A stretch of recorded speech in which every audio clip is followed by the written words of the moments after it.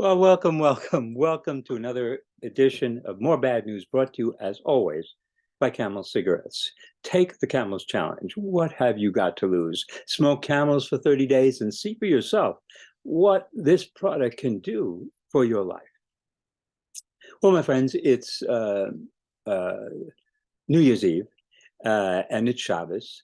And I thought I would do a special edition of the show, a Shabbos New Year's Eve edition. I don't normally, in the old days, I never would do this, but I've become so accustomed to having the computer on and using the computer on Shabbos because I daven. I mean, I go to synagogue with the computer. Everything is with the computer, so it's no longer something that I can really deal with as forbidden.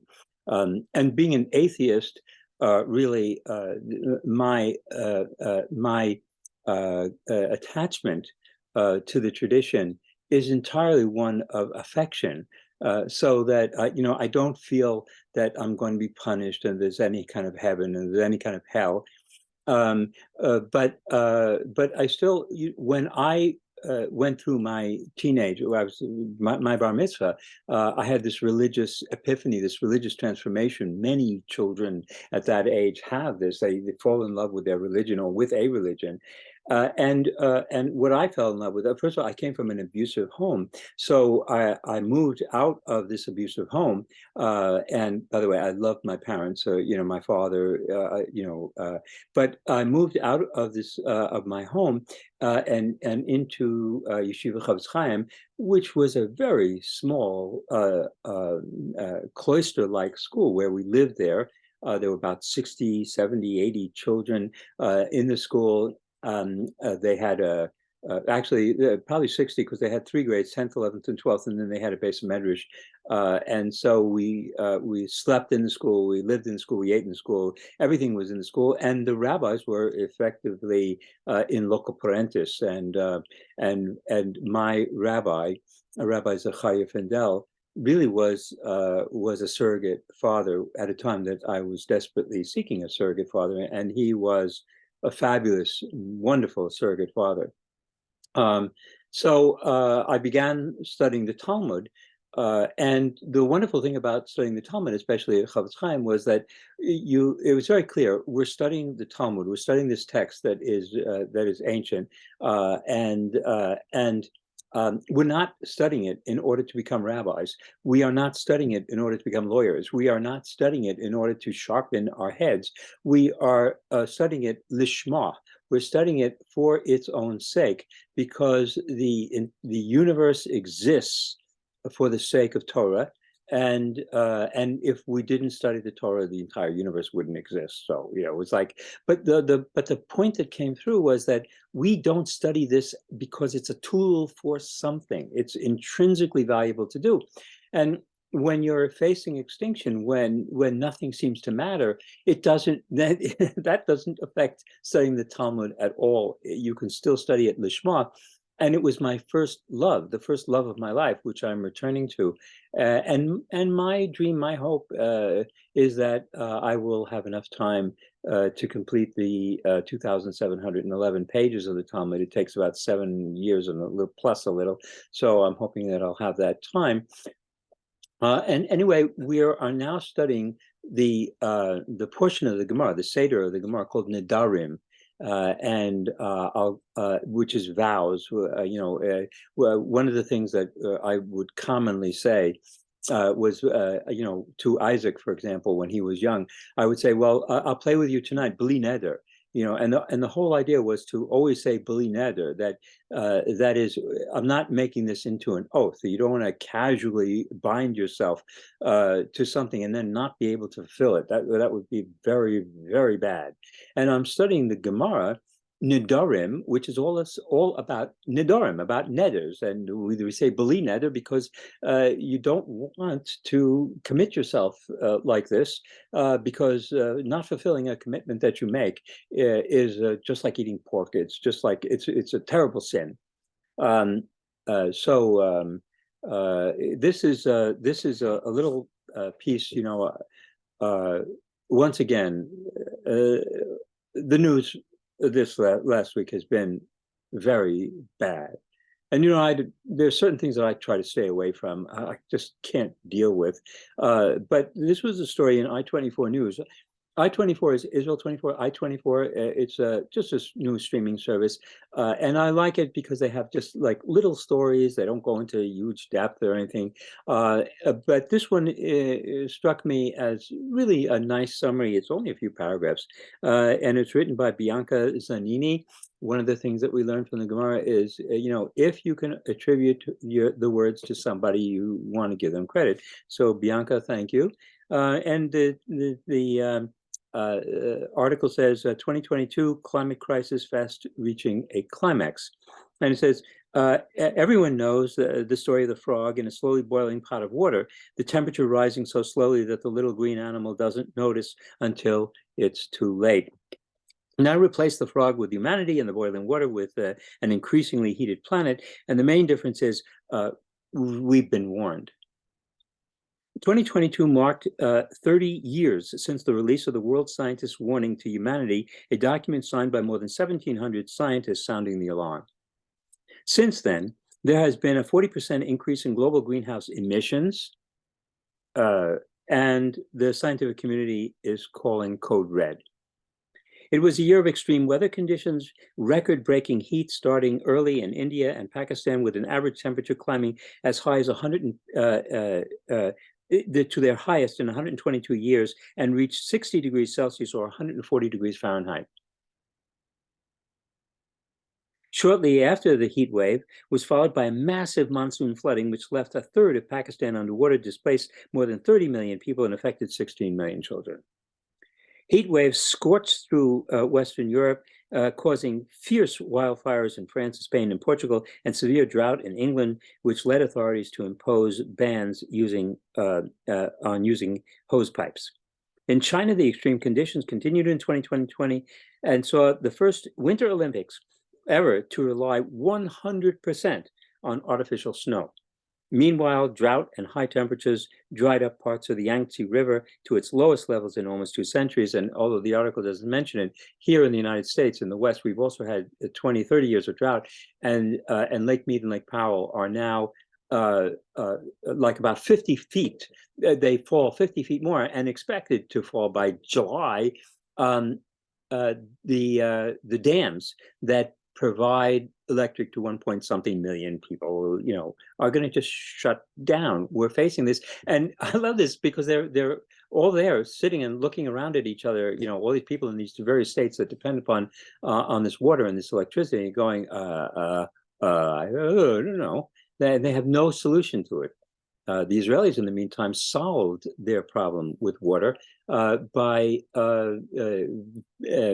building incredible desalination plants that that don't require a whole lot of energy. They pump the water up into a tower, and then as the gravity pulls the water down, it goes through filters, and by the time it comes out at the bottom, it's sweet and delicious and wonderful. And that's how they do it. And they supply water to other places. They have all the water they need. They fix the problem. So this is the bad news. And on top of this, our attention hasn't been entirely diverted by the war in Ukraine. But what I wanted to do, I just said I'm studying the Gemara Nedarim, and a couple of days ago in Nedarim 61, 62, there's a little discussion. If someone makes a neder, someone makes a vow, not to drink wine. It's just an example. It's not about wine. It could be X, Y, Z. But take a vow, a neder, not to drink wine ad hageshem, until the rain. And what that means is until the rainy season starts, the rabbis explain. And you don't actually have to wait till the first rain falls. It's like if I say I'm not going to drink any wine until spring, when the spring officially starts, my vow is then fulfilled and I can go back to drinking wine. The point was, though, that from ancient times to 30 years ago, the seasons were pretty much reliable. And you could make a vow, ad hageshem, and you know what it means, and you know when it starts. I just went out for a walk, taking Bella for a walk in the woods. And, yesterday it was 50 degrees. 3 or 4 days ago, it was -15 with the wind chill. that's whiplash, and it is entirely abnormal. And there is no fixing this. So, when you describe what happened last year, you can expect that this is all going to happen this year. It's not just a freak thing. In the old days, you might have a freak winter storm that would dump enormous amounts, record-breaking amounts, and everybody would talk about it for years and years and years, but you'd never see another one again. Now, what we can expect is over and over and over again, and getting more severe and more severe and more severe, because our end is at hand, and that's the bad news. And so I'm retired, and I have spent my life engaged in social activism, and all my teaching was social activism, but I was also, I besides teaching, I ran the Institute for the Study of Academic Racism. I prepared material for journalists, and they were always in a hurry, and I wrote articles. So I was a full-time writer, and I was running an institution, and I was teaching full-time. I was doing everything full-time, and I used to go to sleep around midnight, wake up about 4 a.m. I mean, I didn't get very much sleep. I was really sleep deprived, and fortunately, I survived. Just barely. I mean, I retired. I retired because I could no longer do the teaching. My head just doesn't work the way it did. I can't. My whole body doesn't work the way it used to when I was young. You slow down. And I have just given myself permission to withdraw from the battlefield. I'm an old soldier. And it is time for me, if in what time we have left, to go back to my first love, and just read through the Gemara. I want to cover the entire thing. The part that I'm studying now, the Seder of the Gemara, is women. It's a whole section on women. It's a wonderful place to start. Nidorim is in the middle of the section on women. Before this, we started off with Yevamos, which is this ancient law that if your brother dies and leaves a wife without children, ordinarily you cannot. If your brother dies and his wife has children, you are not allowed to marry her. You're not to have any relationships with your brother's wife. It's a form of incest. And yet, if your brother dies and she has no children, then there's this special law of Yevamos, which you are obligated either to fulfill your obligations to your brother and raise up a family in his name, or you say, I can't do that, and perform a ceremony called chalitza, in which she takes a sandal off your foot and spits, it's, well, yeah, all right, this is you, so you weren't willing to, do your brother's bit. And even if you're married, it is all right to take a second wife, and it is encouraged under these conditions. They understand if you don't, you can't do it. You feel like you can't do it. You don't want to do it, but and the story of Ruth has something to do with this, because Boaz was a redeeming relative, and Ruth was married to to this Jewish man who died, and she was left without children. So Boaz fulfilled that obligation, and as a result comes the family of David. I mentioned last week that it didn't do, the Moabites, we should have been, a little bit friendlier to the Moabites. We were not particularly friendly to anybody, our neighbors, but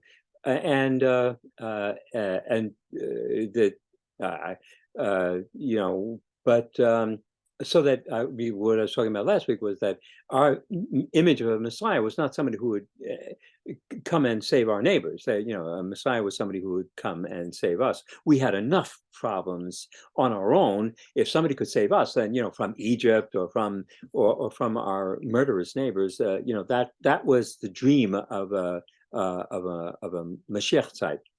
And early Judaism, early Judaism is really the Judaism around Jesus, but ancient Israelite religion was not dualistic. The ancient Israelites did not believe in heaven and hell. That's something that was a gift from the Greeks and the Zoroastrians. It emerged later.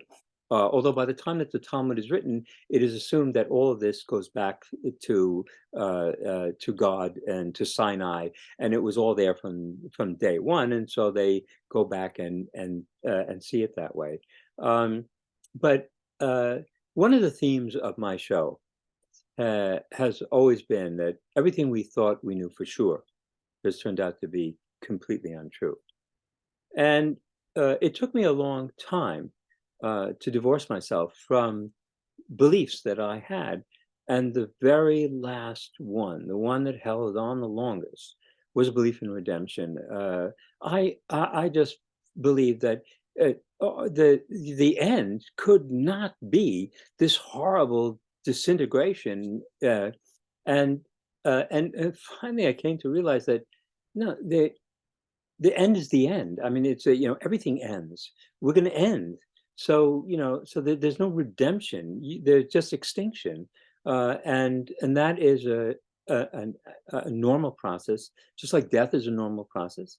We live with death, or we fear death, but we make our accommodation with it, and so it just seems to me that we are approaching the end of human existence, and we have been privileged to have the JWST up there, this TARDIS, this time machine that can scan the universe in miraculous ways. And we can now, I urge you, if you want to take a look at the universe, now is a really great time.